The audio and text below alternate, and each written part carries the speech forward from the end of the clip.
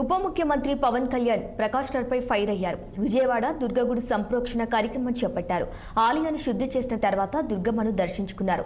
తిరుమల లడ్డూ విషయంలో పవన్ పై ప్రకాష్ రాజ్ చేసిన వ్యాఖ్యలపై పవన్ ఆగ్రహం వ్యక్తం చేశారు. లడ్డూ వ్యవహారం జోలికొస్తే ఊరుకోబోమన్నారు. సెక్యులరిజం అంటే 2 వే అని 1 వే కాదని గుర్తు చేశారు. తమ మనోభావాలను రెచ్చగొట్టేలా మాట్లాడితే ఊరుకునేదే లేదని హెచ్చరించారు.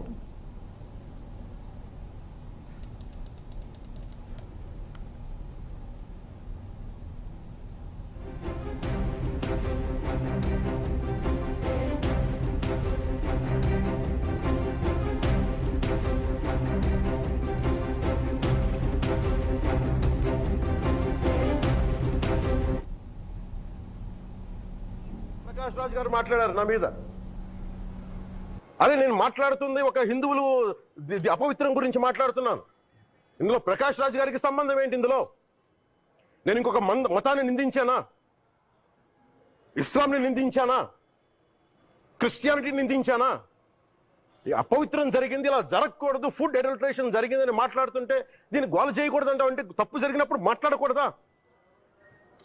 ఒక అపవిత్రం జరిగితే మాట్లాడకూడదా? దేవతా విగ్రహాలను శిరచ్ఛేదం చేస్తే మాట్లాడకూడదా? ఏం పిచ్చి పట్టింది ఒక్కొక్కళ్ళకి? ఎవరి కోసం మాట్లాడుతున్నారు మీరు? ప్రకాష్ రాజ్ కూడా చెప్తా ఉన్నాను, నాకు మీరంటే గౌరవం. I have extreme respect for MLA